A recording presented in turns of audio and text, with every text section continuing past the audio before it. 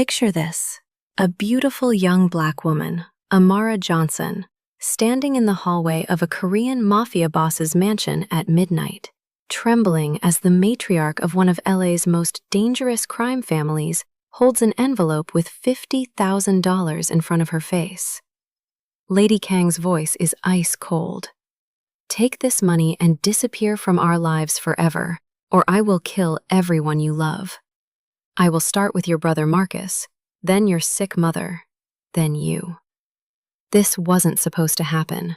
Amara was just a maid, working 3 jobs to pay for nursing school, sending money home to Atlanta to save her dying mother. She cleaned floors, made tea, and stayed invisible.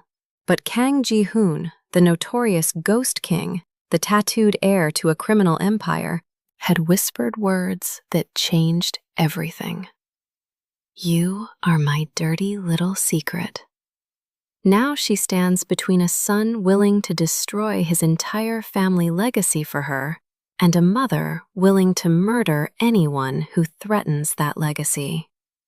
$50,000 to walk away, or stay and watch everyone she loves die.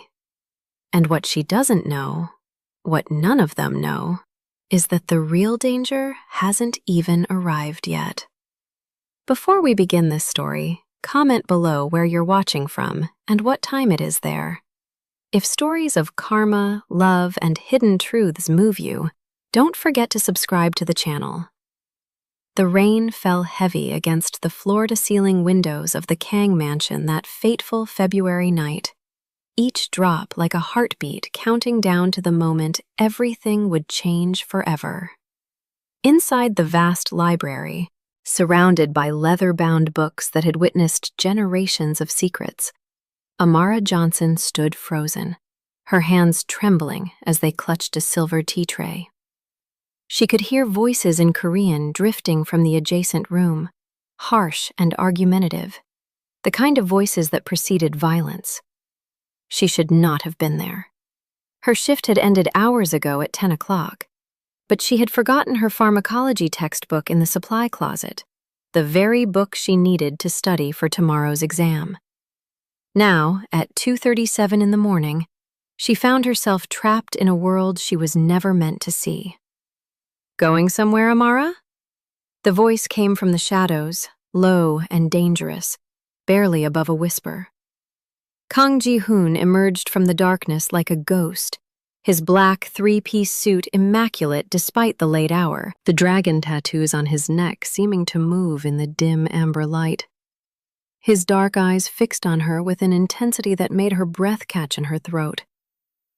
"Mr. Kang, I apologize. I only came back from my book. I didn't mean to intrude. I was just leaving." He moved closer, each step deliberate, predatory. Little did she know that her presence there, at that exact moment, would seal both their fates in ways neither could imagine. He stopped mere inches from her face, so close she could smell his cologne mixed with whiskey and something darker, something dangerous. "You heard them, didn't you? The men in the next room.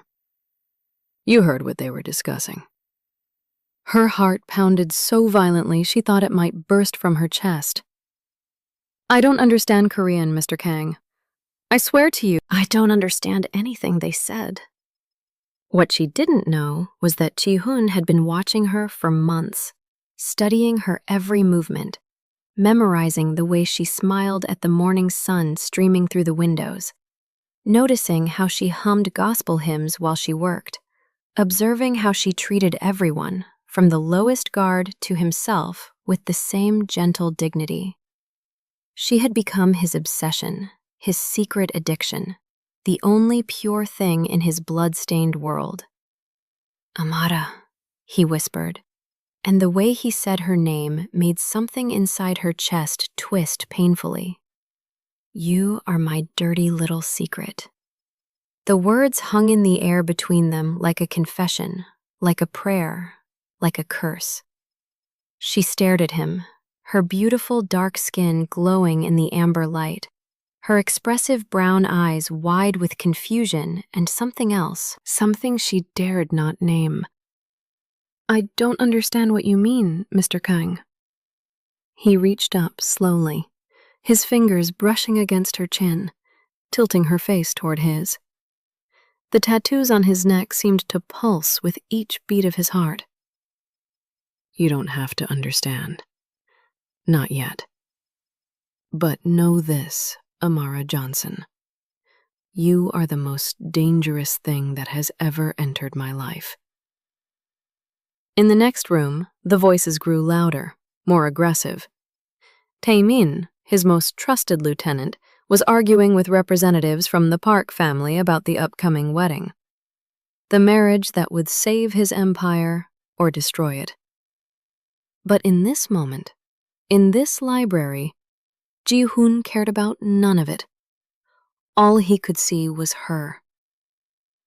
"Please, Mr. Kang, let me go. I need to leave. I have class in the morning and my mother is waiting for my call. Please." What neither of them knew was that at that very moment, Park Yuna, his arranged bride-to-be, was watching them through the security cameras she had secretly installed days before. She saw everything. The way he touched Amara's face. The way Amara's body trembled not with fear, but with something far more dangerous. And in her cold, calculating heart, Yuna began to plot their destruction. "You can go, Amara.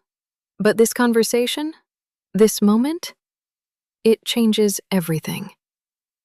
Everything."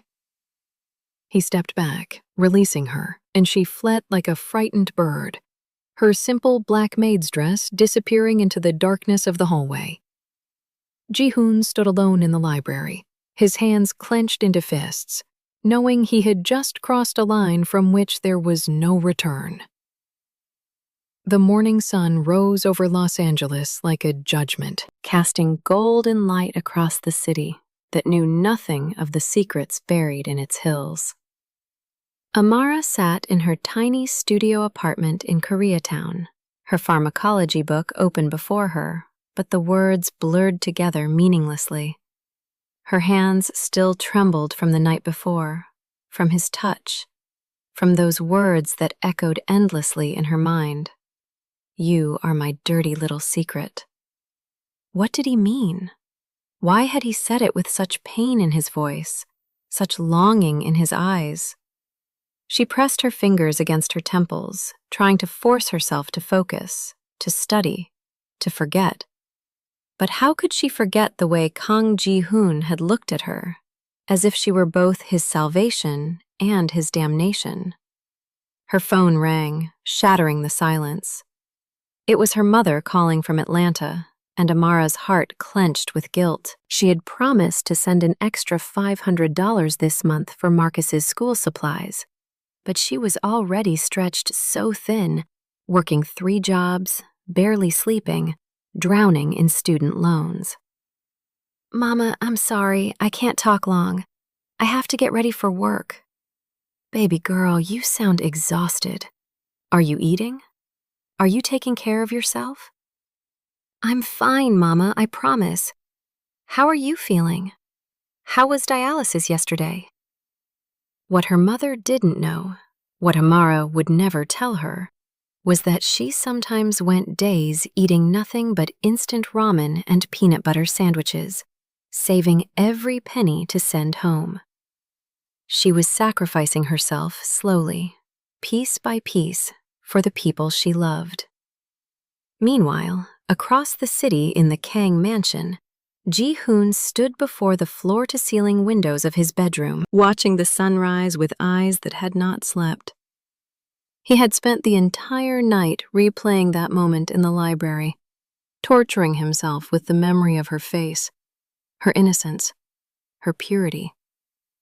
She was everything he could never have, everything he had no right to want. "You're making a mistake, boss." Tae-min entered without knocking, as he always did. They had grown up together, brothers in everything but blood, and Tae-min was the only person who dared speak truth to the Ghost King. I know, Ji-Hoon replied, his voice hollow. The wedding is in 6 weeks. 6 weeks, Ji-Hoon. Park Yuna's father controls the police department. This alliance is the only thing keeping us alive, keeping 200 families from being destroyed. You cannot afford to be distracted by a girl. Ji-Hoon turned to face his oldest friend, and Tae-min saw something in those dark eyes that terrified him. It was not anger. It was not defiance. It was desperation. She's not just a girl, Tae-min. She's the only real thing in my entire life. When she looks at me, she doesn't see the Ghost King. She doesn't see the monster. She sees a man. Just a man. That's exactly what makes her dangerous. You cannot be just a man, Ji-Hoon. You are the head of this family. You are the empire your father built with blood and sacrifice. You don't have the luxury of being human. The words struck like bullets, each one true, each one unbearable. Ji-Hoon's hands clenched into fists at his sides, the morning light illuminating the dragon tattoos that marked him as property of the Kang legacy, branded from birth to live and die for the family name. Then perhaps, Ji-Hoon whispered, his voice breaking, I don't want to be the Ghost King anymore. Tae-min stared at his friend in horror, realizing that something had fundamentally shifted, something that could never be undone. What are you saying? I'm saying that for 37 years, I have done everything this family asked of me. I killed my first man at 19. I watched my brother die in my arms. I have built an empire on corpses and fear. And for what? To marry a woman I don't love? To die alone in a mansion filled with expensive things and empty rooms? At that exact moment, neither of them knew that Lady Kang, Ji-Hoon's mother and the true power behind the throne, stood outside the door, listening to every word. Her face remained expressionless, but inside her ancient heart, a cold fury began to burn. She had not sacrificed everything, had not buried her husband and youngest son, to watch her remaining child destroy their legacy for a poor black maid. The game had changed, and Lady Kang always won her games, no matter the cost. That evening, Amara returned to the Kang mansion with her heart racing like a trapped bird in her chest. She had considered calling in sick, considered quitting altogether, but she needed this job desperately. Marcus's hospital bills from the gunshot wound were mounting. Her mother's dialysis was draining their savings, and she was already 2 months behind on rent. She had no choice but to face him again. She entered through the service entrance as always, changing into her black maid's dress with the white collar, tying her apron with trembling fingers. Little did she know that Lady Kang had summoned her specifically for this evening, had arranged for all the other staff to leave early, creating a trap from which there would be no escape. Miss Johnson. The voice froze Amara's blood. She turned slowly to find Lady Kang standing in the hallway, a small woman in an elegant black hanbok, her white hair pulled back severely, her face like carved ice. This was the matriarch, the woman who truly ruled the Kang Empire, the woman whose word was law and whose displeasure meant death. Mrs. Kang, I didn't know you were here. Can I get you anything? Tea? Water? Lady Kang moved closer, her steps silent as a predator's, her dark eyes studying Amara with an intensity that made the younger woman want to run screaming from the mansion. You are very beautiful, Miss Johnson. I can see why my son is distracted. The words struck Amara like a physical blow. I don't know what you mean, Mrs. Kang. I'm just the maid. I clean and I leave, that's all. Don't lie to me, child. Lady Kang's voice cut like a knife, sharp and merciless. I have eyes everywhere in this house. I saw how he looked at you last night in the library. I heard what he said to Tae-min this morning. My son, my precious son, is willing to throw away everything for you. Everything. Tears began to stream down Amara's beautiful face, her body shaking with fear and something else, something she had been trying desperately to deny. I never asked for any of this. I never wanted to cause problems. I'll quit. I'll leave tonight. I'll never come back. Oh, you'll leave, Miss Johnson, but not before you understand exactly what you've done. My husband built this empire with his bare hands and his blood. My youngest son died protecting it. And now my last son, my only remaining child, wants to destroy it all for a poor girl who cleans toilets. The cruelty of the words made Amara flinch, made her feel small and worthless, and exactly as insignificant as the world had always told her she was. She wanted to scream that she was more than a maid, that she was studying to be a nurse, that she had dreams and value. But the words died in her throat. What neither woman knew was that Ji-Hoon had returned home early and stood frozen in the shadows of the adjacent hallway, listening to every word, his heart being torn apart, piece by piece.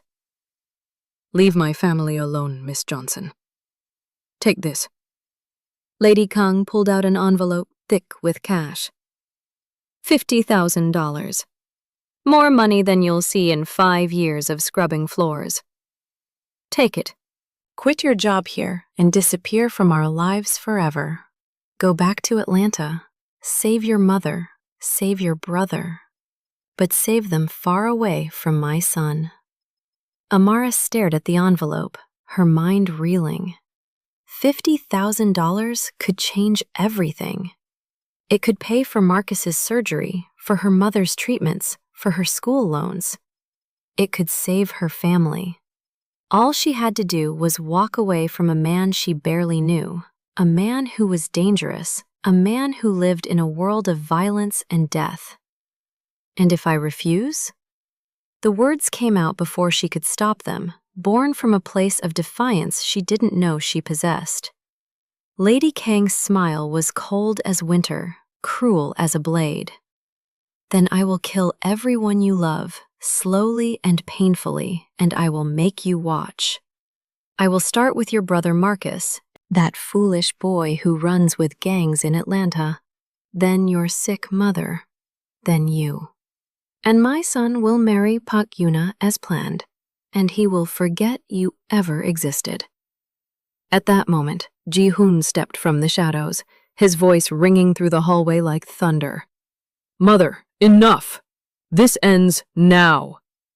The three of them stood frozen in a tableau of impossible choices, of love and duty, of power and desperation, knowing that whatever happened next would change all their lives forever. Lady Kang turned to face her son, her expression transforming from cruel matriarch to wounded mother in an instant. Ji-Hoon, my precious boy, you don't understand what you're doing. You don't understand what you're throwing away. I understand perfectly, Mother. I understand that I have spent my entire life being what everyone else needed me to be. The perfect son, the perfect killer, the perfect ghost. And I'm done. I'm done, Mother! Amara stood between them, her heart shattering as she watched the man she had fallen in love with, against all logic and reason, stand against his own family for her. For her! A nobody from Atlanta who cleaned houses and dreamed of becoming a nurse. How had her life become this impossible story? Ji-Hoon, please, Amara whispered, her voice breaking with emotion. Please don't do this. Don't destroy your family for me. I'm not worth it. I'm nobody. I'm nothing. He crossed the distance between them in 3 strides, grabbing her face in his hands, forcing her to look into his eyes. The dragon tattoos on his neck seemed to come alive in the hallway light, and when he spoke, his voice was raw with a passion that terrified and thrilled her. You are everything, Amara. You are the only thing in this God-forsaken world that makes me feel human. When I'm with you, I'm not the Ghost King. I'm not a murderer. I'm not a monster. I'm just a man who loves a woman so much it's destroying him from the inside out. Love? Lady Kang's voice dripped with venom. You call this love? This is weakness. This is the same weakness that killed your father, that killed your brother. Love is what destroys empires, Ji-Hoon. Duty is what saves them. But Ji-Hoon wasn't listening anymore. He pulled Amara closer, his forehead pressed against hers, his hands trembling as they held her face. Run away with me. Tonight. Right now. We'll leave everything behind. I have money hidden, accounts they don't know about. We can go anywhere. Mexico, Canada, South America, anywhere you want. Ji-Hoon, they'll hunt us. Your mother, Park Yuna's family, the rival gangs, everyone. They'll never stop hunting us. Then let them hunt. At least I'll die as myself, not as some puppet dancing to everyone else's expectations. What none of them knew was that at that precise moment, Park Yuna was receiving a phone call in her luxury penthouse across the city. Tae-min, torn between loyalty to his friend and loyalty to the family's survival, had made the hardest choice of his life. He had told Yuna everything, hoping she would intervene, hoping she could stop this madness before it destroyed them all. Yuna listened in cold silence, then spoke words that would seal everyone's fate. Let them run. Let them think they've escaped. And then, on the night before our wedding, when Ji-Hoon believes he's free, kill the girl. Make it slow. Make it painful. Make sure he knows that love is nothing but a beautiful lie that ends in blood. Back in the mansion hallway, Amara made her decision. She pulled away from Ji-Hoon's embrace, picked up the envelope of money from where Lady Kang had dropped it, and pressed it back into the matriarch's hands. I don't want your money, Mrs. Kang. I never wanted anything from your family except to earn an honest living. But I won't be the reason this family destroys itself. She turned to Ji-Hoon, tears streaming down her beautiful face, her heart breaking into pieces she knew would never heal. And I won't let you throw away everything for me. You think you love me, but you don't even know me. Not really. I'm just a fantasy, an escape from a life you hate. But I'm not worth dying for, Ji-Hoon. I'm not worth losing everything for. Amara, please. No. Her voice rang with a strength she didn't know she possessed. I quit. I'm leaving. And you're going to marry Park Yuna. And you're going to save your family. And you're going to forget I ever existed. She walked toward the door, each step feeling like dying, feeling like betraying her own heart, but knowing it was the only way to save them both. Ji-Hoon started to follow, but Lady Kang grabbed his arm with surprising strength. Let her go, my son. Let her go before this dirty little secret destroys us all. And as Amara disappeared into the rainy Los Angeles night, neither she nor Ji-Hoon knew that the real tragedy had only just begun. That Park Yuna's hunters were already preparing. That their love story was about to become a war story. And that sometimes the cruelest thing you can do to someone is love them in a world that will never let that love survive. The Ghost King stood in the empty hallway, his mother's hand on his arm, and for the first time in his adult life, Kang Ji-Hoon wept. If this story moved you, pause for a moment and reflect. Have you ever loved someone the world told you wasn't meant for you? Have you ever been judged as not enough because of where you came from, what you looked like, or how much money you had? Have you ever had to choose between saving yourself and sacrificing everything for someone who saw your worth when no one else did? Share your experiences and feelings in the comments. We read every single one. And if you believe in stories about dignity, sacrifice, and the courage to choose love over power, don't forget to subscribe to the channel.